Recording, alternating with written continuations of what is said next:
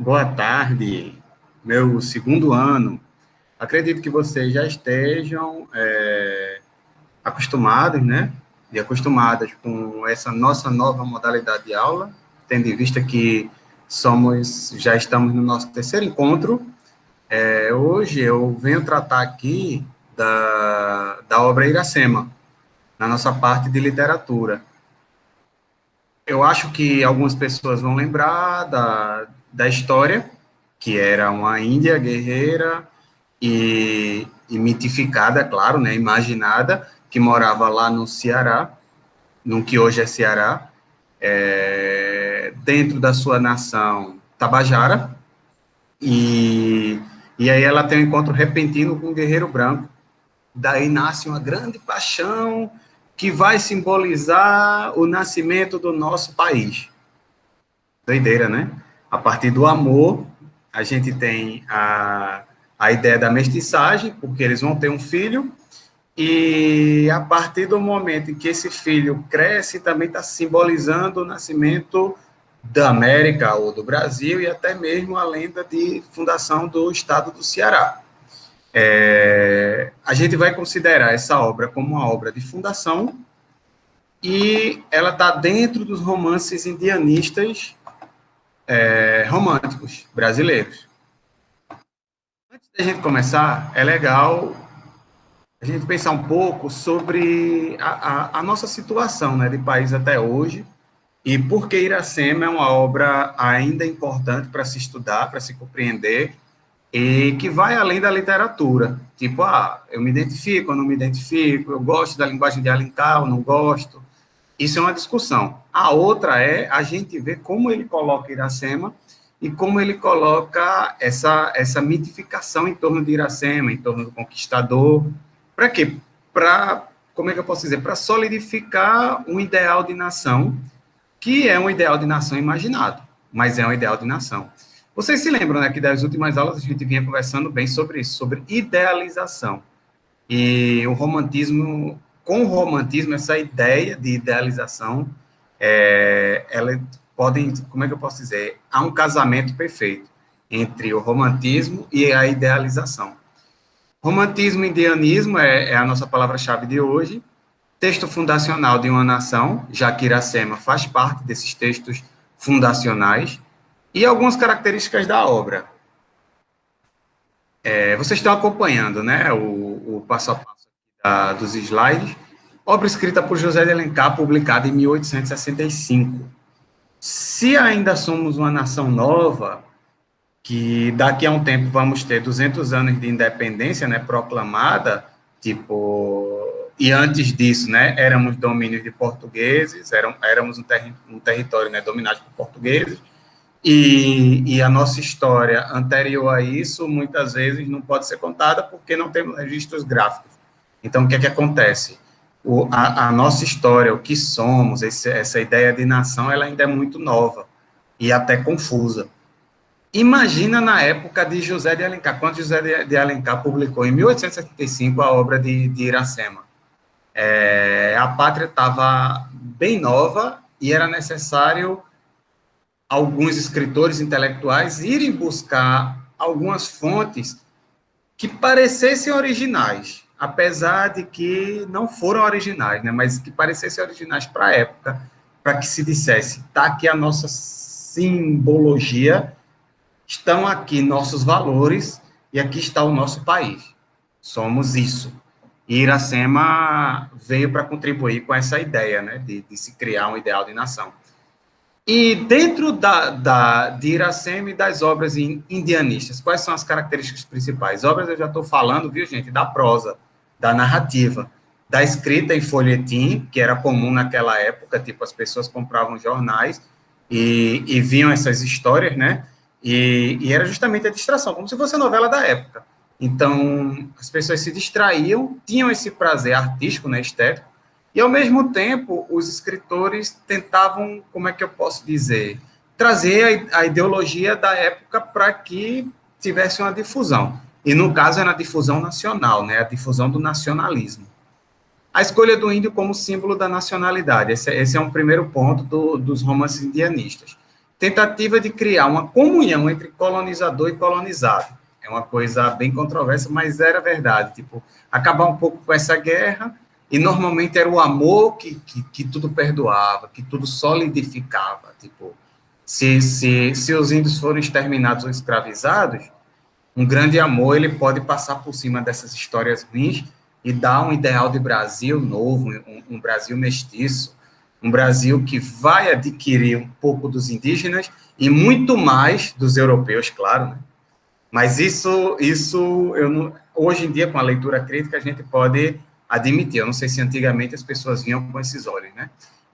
Outra coisa, segundo Gilberto Freire, e já é um pensador adiante, né? Gilberto Freire está no século passado, não no século de Alencar, em 1800, ele está já nos 1900. Segundo Gilberto Freire, Alencar conseguiu fazer do passado ameríndio um esboço para o futuro do Brasil. Que futuro é esse? Até hoje a gente está tentando responder, né? Que nação é essa? Até hoje a gente está tentando responder. Algumas consultas, né, para a aula. Eu vi um texto, um artigo, né, publicado por Rosália de Almeida Dias. Tem um livro bem conhecido da crítica literária mundial, né, assim, ocidental pelo menos, que é de Doris Sommer, Ficções de Fundação. Eu peguei o título espanhol, né, Ficciones Fundacionales. Aí a tradução vem essa. E a própria obra de Iracema, né, de José de Alencar. Além claro, né, principalmente a obra, o livro didático que a gente estuda no nosso segundo ano, que é esse livro aqui, de Maria Luísa Abalri, Maria Bernadette Abalri e Marcela Pontara, do segundo ano. Esse é o nosso principal, né, que a gente vem acompanhando.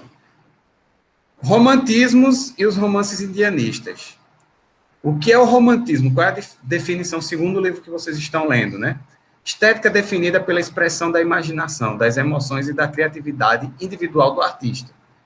Ele bebia das próprias águas, ele já tinha um nome a zelar, né? José de Alencar, por exemplo, é o grande nome do romantismo brasileiro, em prosa, né?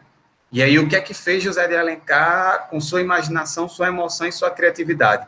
Ele foi colher cada parte do Brasil, tipo, ele quis retratar o gaúcho, o sertanejo, os índios, as mulheres da corte do Rio de Janeiro, da época, assim, com seus grandes amores, os heróis indígenas, por exemplo, e aí ele fez esse mapeamento para procurar boas histórias e dar uma moral elevada ao brasileiro, né? E, ao mesmo tempo, retratando e criando cada herói em determinado setor do Brasil. A gente tem um país muito grande, então era necessário procurar como é que eu posso dizer, cada etnia, cada representação social do brasileiro. E representação histórica também, já que fala da colonização e muitas vezes falava do tempo atual em que ele vivia, né? A escolha do índio como símbolo nacional foi muito influenciada pelo olhar dos viajantes estrangeiros que percorreram o Brasil em suas expedições científicas. E aí é que tá, como não se dava para conhecer, não se dava para resgatar tanto dos índios contando a sua própria história, né? Porque a partir do momento que eles são exterminados e muita coisa como é que eu posso dizer, da tradição, da religiosidade, da crença dos indígenas não era registrado de forma escrita, não eram registrados, então essa história ela morreu com as palavras, né? Muitas coisas. Algumas resistem ainda e continuam morrendo, né? Felizmente. E aqui tem um trecho de Iracema. Verdes mares bravios de minha terra natal, onde canta a jandaia nas frondes da cardaúba. Verdes mares que brilhais como líquida esmeralda aos raios do sol nascente, perlongando as alvas praias ensombradas de coqueiros. Serenai, verdes mares, e alisai docemente a vaga impetuosa para que o barco aventureiro manso resvale à flor das águas. E aqui ele continua, ó.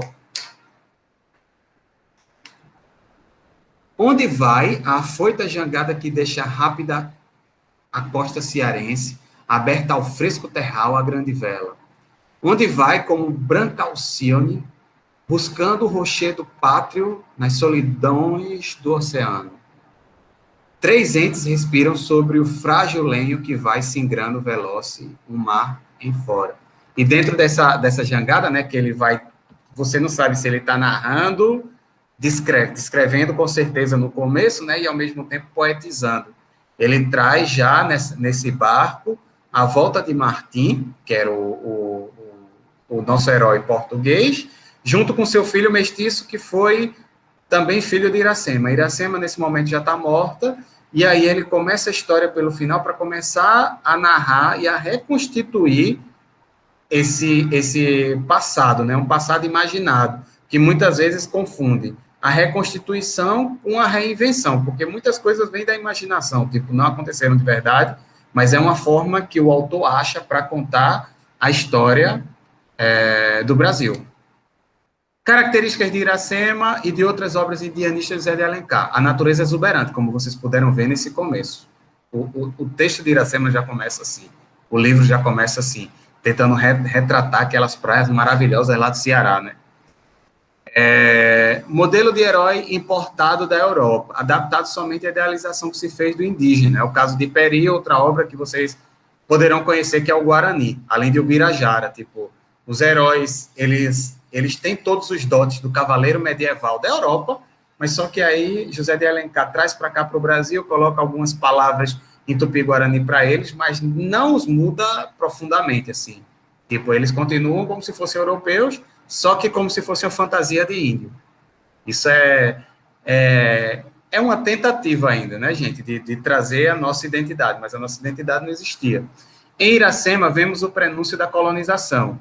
A história de Iracema é muito bonita, é uma história de amor, mas no final, Iracema se submete ao guerreiro, traz seu próprio povo, vai para uma terra inimiga, né, entre aspas, e lá ela fica sozinha, porque o guerreiro volta a ser guerreiro e ela acaba morrendo de saudade, de tristeza, solidão. É enterrada, o guerreiro se arrepende, volta à própria terra, mas volta para colonizar, porque volta para cristianizar os índios, volta para trazer o próprio filho, que já não é um indígena, já não se pode considerar um indígena como um indígena puro, né, entre aspas, vai ser um mestiço, e essa a história de Iracema, talvez a nossa história, né? Está aqui um trecho do artigo de Rosália, que é bem interessante. Seguindo os valores da época, não foi todo o povo indígena elevado à condição de herói, e sim apenas aqueles que servilmente, por amor ou amizade, se sujeitaram ao colonizador português. Quando, eu acho que vocês lembram, né, que tinha o Irapuã, que era o algoz, era o inimigo, e era um índio também, mas era um índio mau. Quando eles guerreiam, Iracema acaba matando o próprio povo. Então, como eles estão em guerra, e a gente torce pelo amor entre Iracema e Martim, então a gente, de repente, pode comemorar a morte de Irapuã, que é um outro indígena que está defendendo seu povo, né? Os demais eram descritos como ferozes e considerados inimigos, como os tabajaras, que, sendo aliados dos franceses, deveriam ser combatidos. Essa é a história. Tem outra coisa que é bem interessante, e Doris Sommer traz também, ó, como um pensamento, né, sobre a obra.